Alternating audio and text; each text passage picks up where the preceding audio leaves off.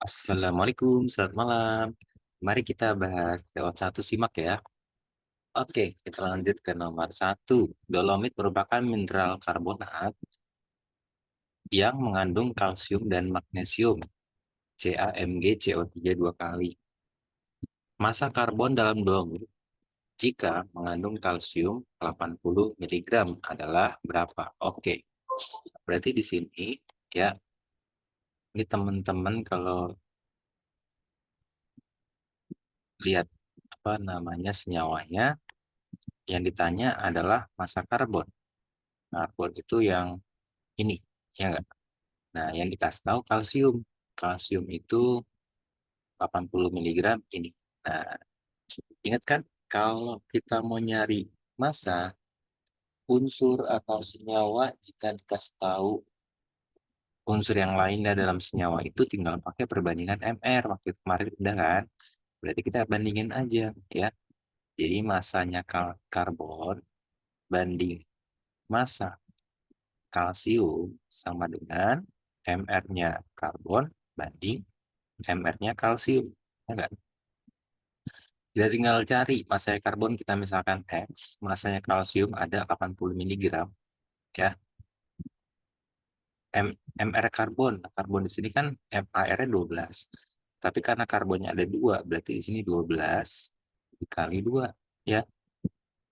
Ca-nya 40 dikali 1 ya berarti 40. Oke, kita tinggal coret aja ya. Ini coret 2, berarti X-nya adalah 12 kali 2 kali 2, 24 kali 2 berarti 48 miligram ya. Jadi jawabannya adalah yang E. Oke, lanjut nomor 2. Isopropil alkohol C3H7OH merupakan bahan bakar alternatif yang pernah dikembangkan untuk kendaraan bermotor. Berapakah volume oksigen yang diperlukan untuk membakar sempurna 1,204 kali 10 pangkat 24 molekul isopropil alkohol menjadi gas CO2 dan H2O pada 760 mmHg dan 25 derajat Celcius. Nah, berarti ini hubungannya sama pembakaran ya, karena di sini ngomongnya untuk membakar. Nah, pembakaran itu kan harus begini reaksinya. Isopropilnya harus dibakar pakai oksigen ya. Hasilnya ada di sini katanya CO2 ditambah H2O. Nah, ingat kalau stoichiometri reaksinya harus setara. Jadi kamu setarain dulu. C-nya ada 3, ini dikali 3 ya. A-nya ada 7 tambah 1 4, 7 tambah 1 8, berarti 2 kali 4 ya. O-nya di sini ada 6, 6 kan nih.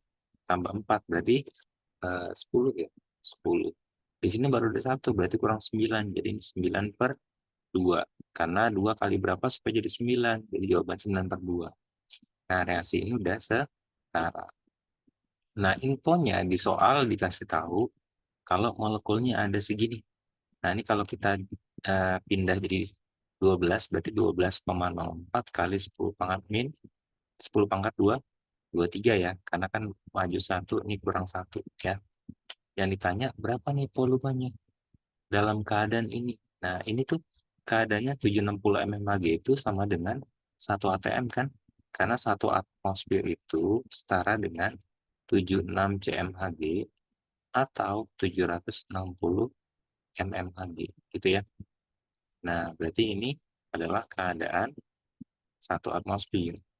Nah, sedangkan kalau 25 derajat ingat tidak ini keadaan apa? Keadaan RTP. Nah, maka nyari volume RTP itu ada rumusnya kemarin. N dikali 24,4. Banyak yang nulis 24 aja ya. Oke. Nah, berarti kita harus nyari N dulu dari mana? Dari isopropil ini sekian molekul. Nah, kemarin udah dijabarkan kan?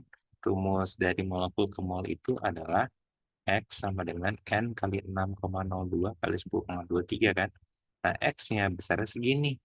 Berarti kita ganti 12,04 kali 10 pangkat 23 sama dengan N kali 6,02 kali 10 pangkat 23. Kita coret ya. Kita coret, seret, seret. Ya kan? 12 dibagi 6 dapatnya 2. Ya enggak? Berarti 2 sama dengan N. Nah, N-nya 2 nih. Nah, ketemu N-nya 2. Kita pindahin ke O2. Nah, berapa N-nya O2? Nah, kita lihat N-nya O2 itu pakai perbandingan koefisien. Di sini kan kalau kita lihat perbandingannya adalah 9:2 banding 1. Jadi kalau dimasukin ke perbandingan mol, di sini adalah 9/2 banding 1 dikali 2 mol. Jawabannya adalah 9. Oh, tinggal kamu cari volumenya. Masukin ke sini. N-nya 9 dikali 24,4. Berapa tuh 9 kali 24,4?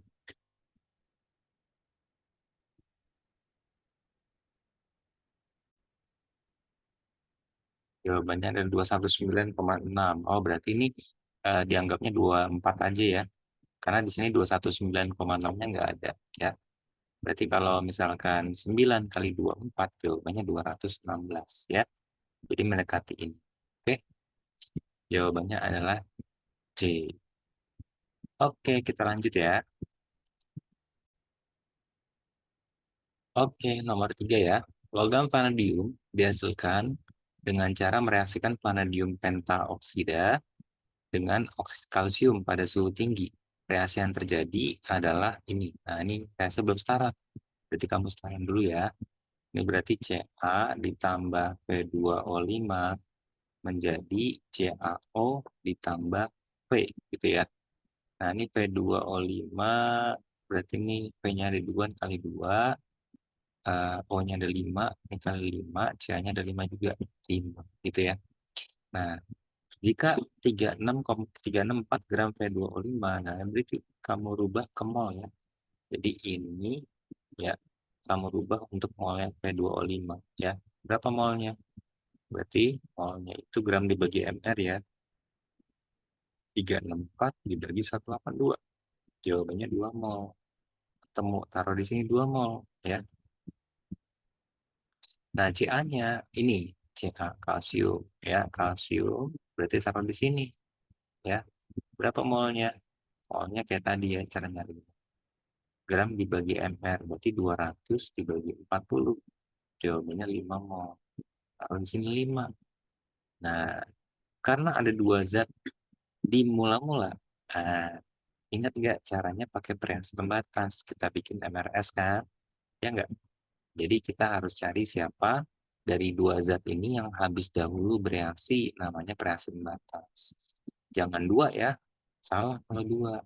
Kenapa? Karena harus dibagi sama koefisien dulu. Berarti 5 dibagi 5 dapat 1, 2 dibagi 1 dapat 2. Nah, yang terkecil siapa? Tentu aja 1 kan, jadi duanya enggak habis atau tersisa nih.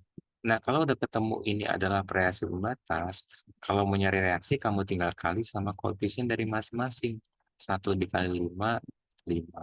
1 kali 1, 1. 1 kali 5, 5. 1 kali 2, 2. Gitu ya. Gitu. Berarti ini habis set 2 kurang 1, 1. 0 kurang 0 tambah 5, 5. 0 tambah 2, 2. Gitu ya. Ketemu deh. Ya. Jadi, yang ditanya adalah jumlah logam vanadium yang dihasilkan. Berarti ini, berapa masanya? Kita masukin massa sama dengan mol kali mr. Molnya 2 dikali mr-nya vanadium 51. 51 dikali 2 itu adalah 102. Ya, 51 dikali 2 adalah 102. Nah, oh yang mendekati berarti yang D ya. Oke. Oke, kita lanjut soal nomor 4. Nah, ini juga keluar di soal simak ya. Nah, di sini senyawa garam hidrat CuSO4.Hexa2O berjumlah 3,56 gram dipanaskan dan menghasilkan senyawa anhidrat seberat 3,20 gram. Maka rumus senyawa hidrat tersebut adalah, nah ini tinggal pakai perbandingan mol. Jadi hidrat itu adalah senyawa yang mengikat air. Nah, tapi airnya di sini belum tahu kan jumlahnya berapa. Nah, ketika hidrat ini dipanaskan, maka airnya akan menguap menjadi molekul gas, ya, terpisah jadi antara hidrat sama antara CuSO4 namanya anhidrat, ya, dengan uap airnya terpisah. Nah, ketika awalnya dia 3,56 gram kan, dipanaskan anhidratnya jadi 3,20 gram. Nah, berarti airnya sisanya kan 3,20, 3,56 dikurang 3,20 berarti 0,36 gram. Nah, ingat nggak ada istilah perbandingan mol itu sama dengan perbandingan koefisien. Nah, hukumnya sih Avogadro. Jadi, karena kita mau cari koefisien di sini, ini harus 1 banding berapa, gitu kan ya? Harus 1 banding berapa kan? Maka kita harus cari nih perbandingan molnya, karena koefisien ini setara dengan perbandingan mol. Jadi kamu bagi dulu deh, AR, kan rumus mol itu gram dibagi AR, atau MR. Ya, MR-nya berapa? CuSO4. Kita hitung ya, CU-nya itu 64, mohon maaf nih. MR-nya lupa ya. 32 ditambah O-nya 16 kali 4. Nah, berarti ini jawabannya 160 kurang lebih. 160 kalau air, MR-nya berapa? Kak, 1 kali 2, 2. 2 tambah 16 ya. 2 tambah 16, 18. Berarti ini kalau dibagi itu dikali 100 ya. Berarti 2, 2 per 100, 0,02. Ini kalau dibagi juga sama. Ya, 0,02. Ya kan?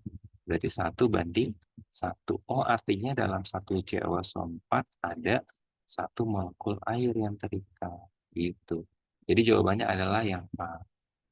Oke, kita lanjut ke soal nomor 5.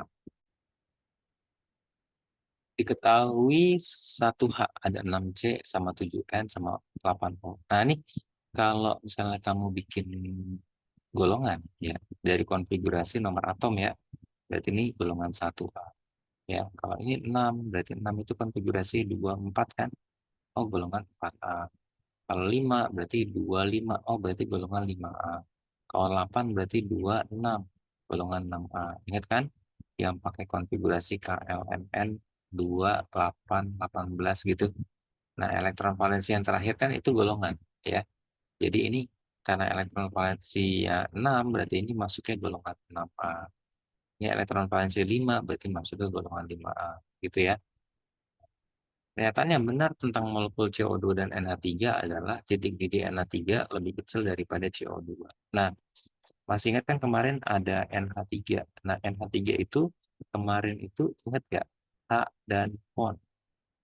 Nah, adalah ikatan hidrogen.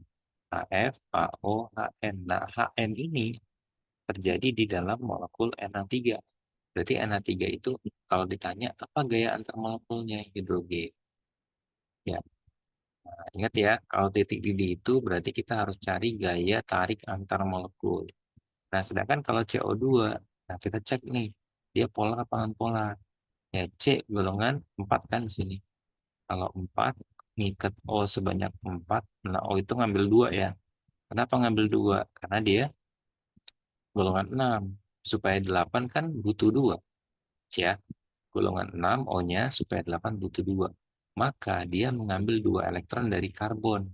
Jadi 1 O ngambil 2, ini ngambil 2. Nah, masih ada nggak karbon di sini elektron bebasnya? Nggak ada. Nah, karena dia nggak punya PEB, nggak punya pasangan elektron bebas, maka dia kategorinya nonpolar. Kalau nonpolar, gaya antariknya apa? London. Ya. Nah, ingat nggak? Hidrogen, masih ingat kan? Paling tinggi. Habis itu dipol, habis dipol baru London. Jadi harusnya NH3 yang lebih besar. Misal, satu salah, 3 juga pasti salah. Ya kan? Kalau kita lihat kenapa ini salah, karena NH3 itu kan golongan 5 kan. Di sini 25. Nah, kalau golongan 5, ya di ketiga A. Nah, otomatis masih ada 1 PB. Sedangkan CO nggak punya PB, berarti harusnya banyakkan NH3. Nah, atau boleh dulu caranya gini kayak kemarin kan, 5 dikurangin N golongan 5 dikurangin 3. Oh, berarti ada 2 pasang. Kalau 2 pasang berarti ada 1 PB. Sorry, 2 elektron. Ya, kalau 2 elektron berarti ada 1 pasang PB. Ya, gitu. Nah, kemudian yang kedua, kepolaran NH3 lebih besar daripada CO2A. Jelas. Kenapa? Karena NH3 itu N punya elektron bebas, polar. Sedangkan si CO2 nggak punya elektron bebas, dia non-polar. Jadi ini benar. Kalau ini benar, ini juga pasti benar. Kita cek kenapa sih berbeda. Nah, kita review dulu ya bentuk molekul ya. Nah, kalau kamu lihat bentuk molekul, bentuknya seperti ini.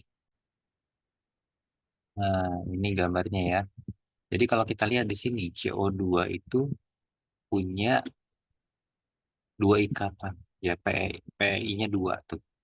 Jadi ini dihitungnya satu ya. Di sini ada satu lagi. Oh, berarti PEI-nya ada dua, PEB-nya ada nol. Jadi kamu cari yang totalnya dua, nggak ada PEB-nya. Nah, yang ini, ya kan? Jadi totalnya ada, ini atom pusat ya. Ada dua, tapi nggak ada PEB. Oh, berarti bentuknya linear, ya. Sedangkan Na3 tadi bentuknya begini kan. N ngikat hanya 3. Terus ada PEB-nya satu di atas. Oh, berarti PEI-nya ada 3 ikatan ya. PEI itu ikatan, PEB-nya ada satu. Totalnya 4. Nah, kamu cari yang 4. 4 kan ini nih. 1, 2, 3, 4. Tapi ada PEB satu, berarti jadi ini. Nah, jadi bentuknya apa? Bentuknya begini, trigonal piramida. Ya, jadi bentuknya berbeda.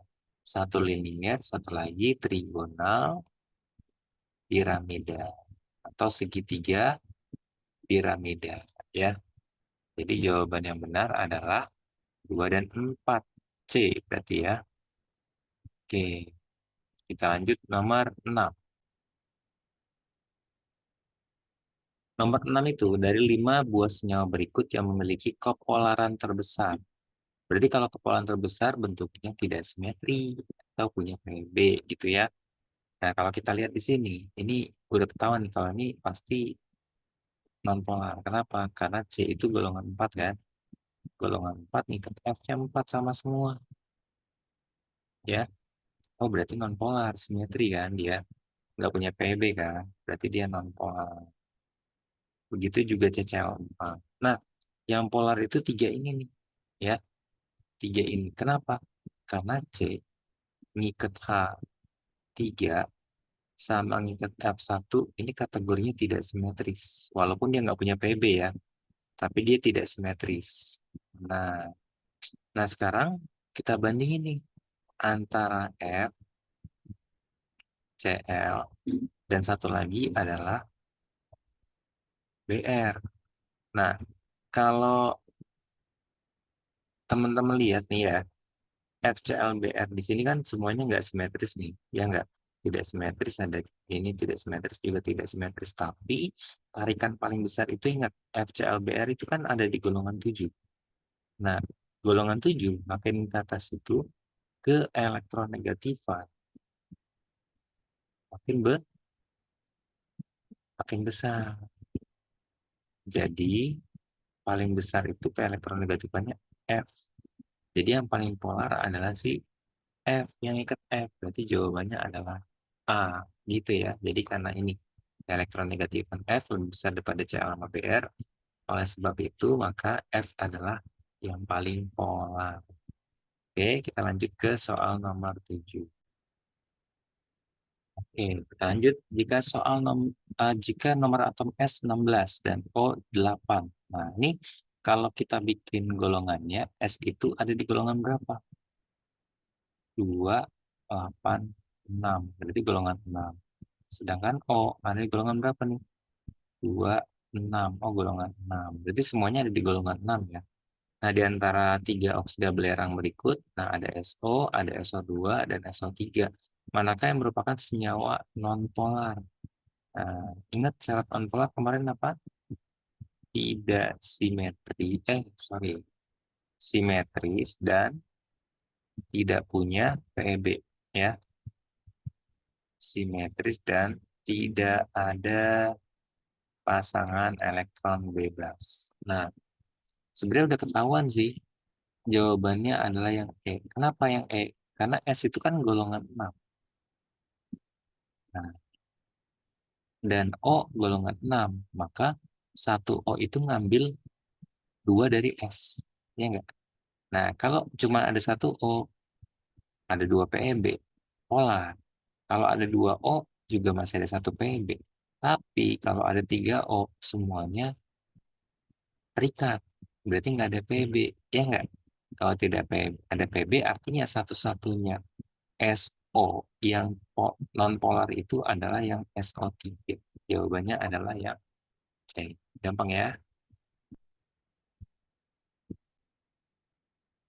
Oke, kita lanjut dengan soal nomor 8. Senyawa-senyawa NH3, HF, dan HI berturut-turut memiliki titik didih didih tertinggi hingga terendah adalah oke. Berarti ada NH3. Nah, ingat nggak? NH3 sama HF itu adalah ikatan hidrogen. H dan PON. Ada HF, ada HM di sini. Ya nggak? Nah, tapi ingat juga F sama O sama N, ke elektronegatifan itu besaran F. Jadi kalau ditanya siapa yang paling elektronegatif, siapa yang paling eh, kuat katanya, maka jawabannya HF. Jadi HF dulu, baru H2O, baru NH3 gitu. Nah, berarti HF sama NH3 besaran HF ya. Nah, sekarang HI. HI itu kan dia tidak simetris kan? Ya, kalau tidak simetris otomatis dia dipol karena dia polar. Ya, berarti ingat Kak, hidrogen tadi lebih tinggi daripada dipol-dipol. Dipol-dipol lebih tinggi daripada London. Jadi urutan paling benar adalah HF, NH3, baru yang paling rendah adalah si HI. Jawabannya adalah yang C. Ya.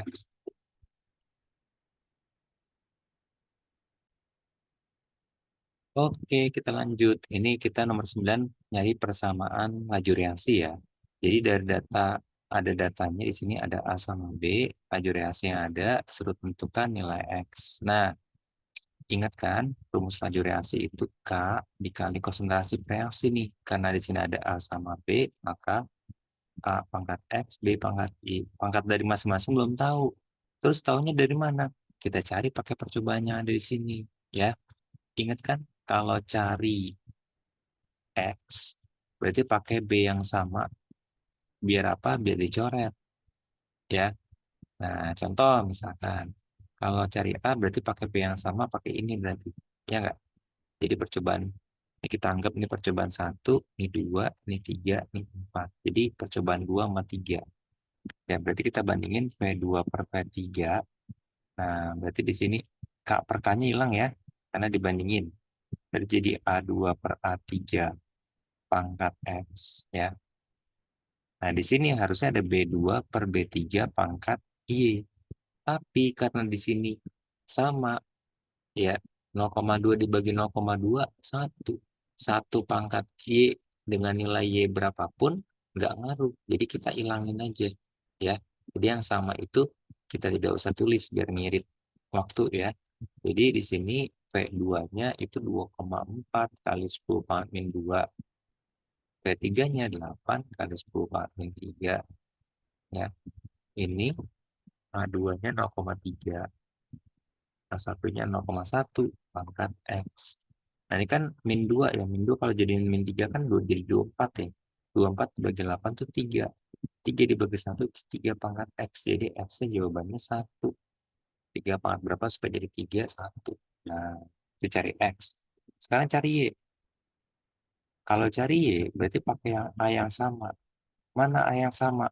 Berarti pakai percobaan 1 sama 2. Kita bandingin ya. Berarti P1 per P2 sama dengan B1 per B2 pangkat Y. Nah, kita masukin P1-nya 6 kali 10 pangkat min 3. P2-nya itu 2,4 kali 10 pangkat min 2 atau jadi 24 aja ya. 24 kali 10 pangkat min 3. B1-nya ini ya 0,1 per 0,2 pangkat Y. Hanya nggak usah dimasukin karena sama ya. Nggak ngaruh jadi coret ini kan seperempat ya. Ini kalau dicoret jadi setengah pangkat Y. Berarti Y-nya setengah pangkat berapa supaya jadi seperempat? Jawabannya setengah pangkat 2 ya. Nah, ketemu nih. Berarti ini pangkatnya 1, ini pangkatnya 2. Nah, sekarang kita cari X. Nah, untuk nyari X, bandingin lagi dengan percobaan bebas, percobaan berapapun. Tapi enaknya sih di sini 6, di sini 36 nih. Satu aja ya. Jadi kita bandingin antara V1 ya yang ini V1 dan V4. Berarti V1 per V4 K per K-nya hilang ya. Terus di sini A1 per A4 pangkatnya tadi udah ketemu kan pangkat 1 ya. B-nya B1 per B4 pangkatnya tadi udah ketemu pangkat 2. Nah, V1-nya ini 6 kali 10 pangkat min 3. V4-nya ini kan min 2, jadi dijadiin min 3 juga ya, jadi 36 kali 10 pangkat min 3. A1-nya berapa? A1-nya 0,3 per X. Ya, terus B1-nya berapa? 0,1 per 0,3 pangkat 2 gitu ya. Kita coret seret seret 6 per 36 seper 6 0,3 per X ya. Ini coret sepertiga pangkat 2 ya enggak? Berarti kita kali ke sini X, ini kita kali ke sini 0,3 kali 6 sepertiga itu enakan gini aja ya biar dicoret. Ini 0,1 dicoret 2, berarti X-nya jadinya jawabannya 0,2 ya. Jadi jawabannya B. Oke, bisa ya. Oke, kita lanjut soal nomor 10. Nah, di sini dikasih tahu ini masih laju reaksi. Jika konsentrasi X diperbesar 2 kali pada konsentrasi Y tetap, laju reaksi menjadi 2 kali lebih besar. Nah, jadi ini soalnya cuma dirubah dari bentuk tabel ke bentuk kata-kata. Jadi kamu harus enakan gambarin tabelnya dulu ya. X, Y, sama laju. Nah, kita masukin. X-nya diperbesar 2 kali. Jadi pertama anggap aja tetap ya. Jadi ini patokan nih. Patokan X-nya 1, Y-nya 1, lajunya juga 1. Kalau X diperbesar 2 kali berarti 1 jadi 2. Y-nya tetap 1 tetap 1. Lajunya menjadi 2 kali, berarti ini 2 ya. Terus yang kedua, jika X, Y masing-masing diperbesar 2 kali, berarti X-nya 2, Y-nya juga 2. Karena awalnya 1 jadi 2, 1 jadi 2. Maka laju reaksi menjadi 8 kali lebih besar, berarti jadi 8. Yang ditanya order reaksi tersebut adalah order total berarti ya. Nah, sama kayak tadi ya, kita cari ini, kita cari X-nya dulu pakai ini. Nah, ini sama dengan ini ya. Berarti setengah pangkat X sama dengan setengah. Berarti X-nya pangkat 1. Nah, ketemu ya. Yang kedua, kita pakai percobaan ini. Ini sama ini. Ya enggak? Nah, ini coret aja hilang kan. Tinggal ini. Berarti jadi setengah pangkat Y sama dengan 2/8. Berarti setengah pangkat Y sama dengan 1/4. Ya kan? Berarti jadi berapa tuh? Setengah pangkat Y. Y-nya berapa? Y-nya 2. Langsung aja ya. Dapat. Berarti order total 2 tambah 1. Jawabannya adalah 3. C.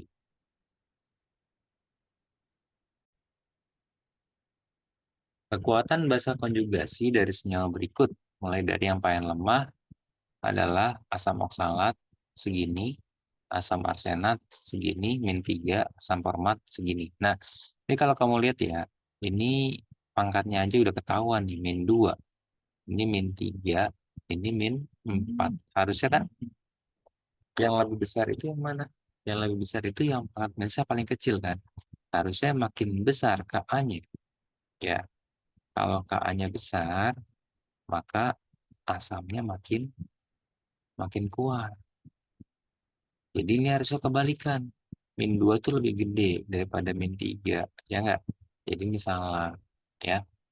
Nah, semakin besar nilai Ka atau Kb dari asam atau basa, tingkat keasaman, kekuatan asam atau basa semakin lemah. Salah, harus semakin kuat. Jadi salah-salah jawabannya E. Ya.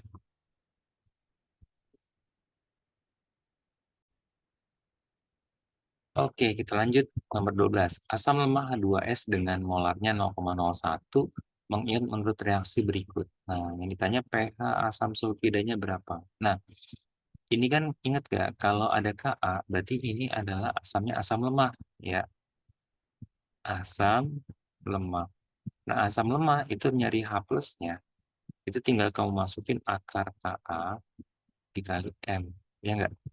Nah, Ka-nya kan ada 2. Nah, maka kamu cari yang paling tinggi. Yang paling tinggi adalah yang ini. Karena min 8 sama min 15 itu tinggian min 8. Berarti yang dimasukin adalah 9 kali 10 min 8 dikali 10 pangkat min 2. Jadi, akar 9 kali 10 pangkat min 10. Berarti jadi 3 kali 10 pangkat min 5. Ya. Jadi jawabannya pH-nya 5 min log 3. Nah, jawabannya D. Oke. Oke, kita lanjut soal nomor 13. Untuk menghasilkan larutan buffer, pH-nya 9 plus log 2, maka perbandingan larutan NH3 0,2 M dan larutan N642 SO4 0,1 M yang harus dicampurkan adalah berapa? Nah, ini kalau kamu lihat, larutan ini adalah udah larutan buffer. Kenapa? Karena ini adalah basa lemah, ya kan? Dan ini adalah garam, ya. Nah, basa lemah dengan garam sudah terbentuk larutan buffer. Buffer apa? Ada Kb dan pH-nya lebih dari 7. Oh, berarti di sini adalah buffer basa. Ya, buffer basa rumusnya apa? OH min sama dengan Kb kali mol basa lemah per mol garam kali valensi. Ya, Kb-nya berapa? Kb-nya 10/5. Mol basa lemahnya berapa? Nah, di sini mol basa lemahnya tuh 0,2 M dikali volumenya anggap aja V1 ya. Sedangkan kalau mol garam itu 0,1 dikali V2. Ingat ada valensi. Valensinya ada berapa? Dari yang lemah ya, ada 2. Nah, ini kalau kita ubah ke POH untuk dapetin OH, berarti kan 14 dikurangin 9 plus log 2. Ya, 14 dikurangin 9 itu dapatnya berapa? Dapatnya 5 min log 2. Nah, berarti OH minnya berapa? OH minnya berarti ini naikin jadi pangkat 2 kali 10 pangkat min 5. Berarti ini jadi 2 kali 10 pangkat min 5. Ya. Coret-coret, kita pakai perbandingannya. Berarti V1 banding V2 adalah, ini kita coret ya. 2, 1. Ini kita coret lagi. Set. Udah tinggal sisa ini. Berarti 2 banding 1.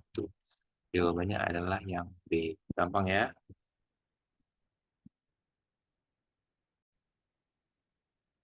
Oke, kita lanjut nomor 14. Sebanyak 50 ml larutan KOH dicampur dengan 450 ml larutan asam asetat. Nah, kalau kamu nggak tahu asam asetat, boleh misalkan HX ya. Nah, tapi senyawa sebenarnya itu CH3COOH. Ya, nggak apa-apa. Pokoknya kalau misalkan nanti di soal asam basa, kamu nggak ngerti asam, misalkan asam benzoat, asam tereftalat, misalkan aja HX gitu ya. Jadi KOH ini adalah suatu basa kuat, ya kan, KOH golongan 1 kan, basa kuat dengan asam asetat asam lemah. Oh, berarti lemah sama kuat itu harus kita bikin reaksi, ya.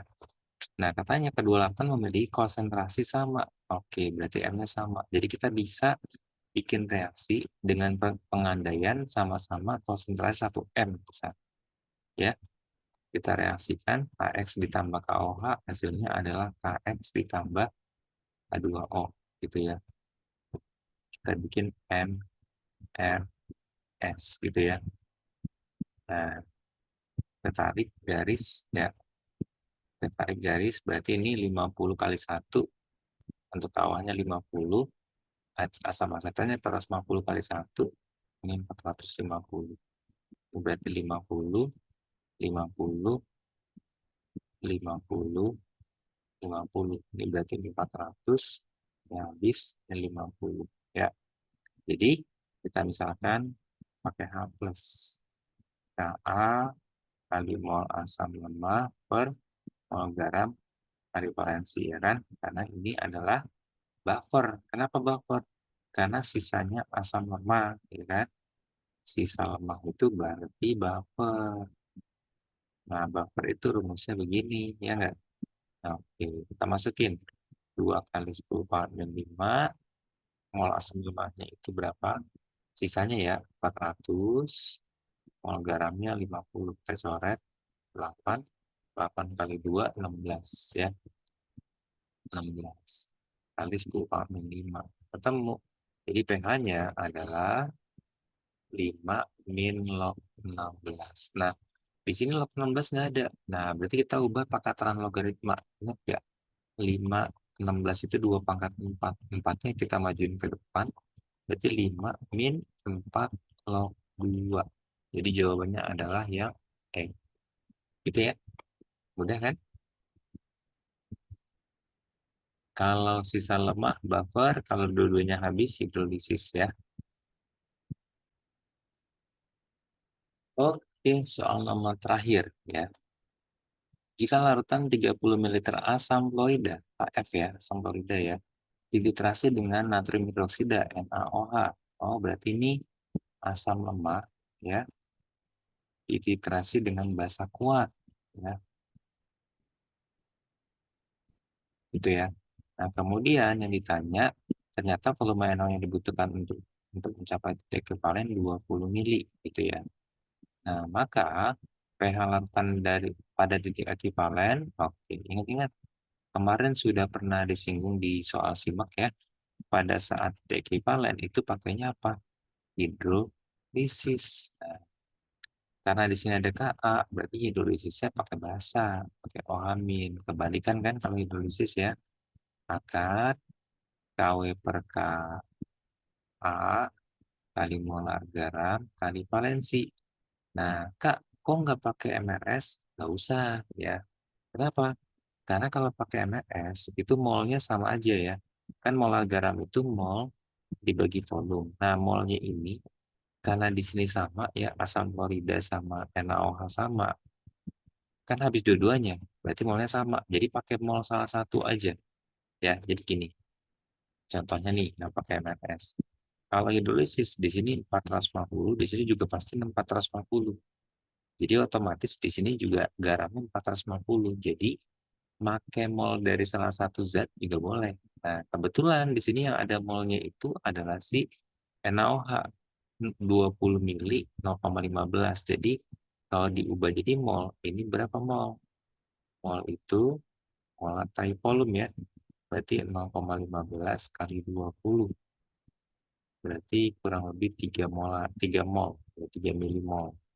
Nah, berarti ini 3 dibagi volume totalnya. 30 tambah 20.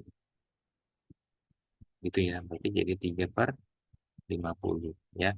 Kita masukin KW-nya itu besarnya berapa? 10 pangkat 14, KA-nya 1 kali 10 pangkat min 10, ya molar garamnya tadi 3 per 50 atau bahasanya 6 per 100 ya. Valensinya 1, gitu kan ya. Oke, berarti ini jadi, ini coret ya 10 pangkat min 4, karena coret jadi min 4 kali, oh tambah ini, min, berarti min 6 ya. Ini bagi 100 lagi ya, berarti min 6 kali 6 gitu ya, diakarin. Nah, akar 6 itu mendekati kurang lebih 2 koma lah ya. 2 koma, ya 2 koma kali 10 pangkat 3. Jadi POH-nya besarnya 3 min log 2 ya. Maka pH-nya adalah 11, 14 dikurangin 3 min log 2. Berarti jadinya 11 plus log 2 yang mendekati adalah yang ya. Oke. Oke, terima kasih. Selamat belajar lagi ya. Jangan lupa diulang-ulang biar tidak lupa. Terima kasih. Assalamualaikum. Selamat malam.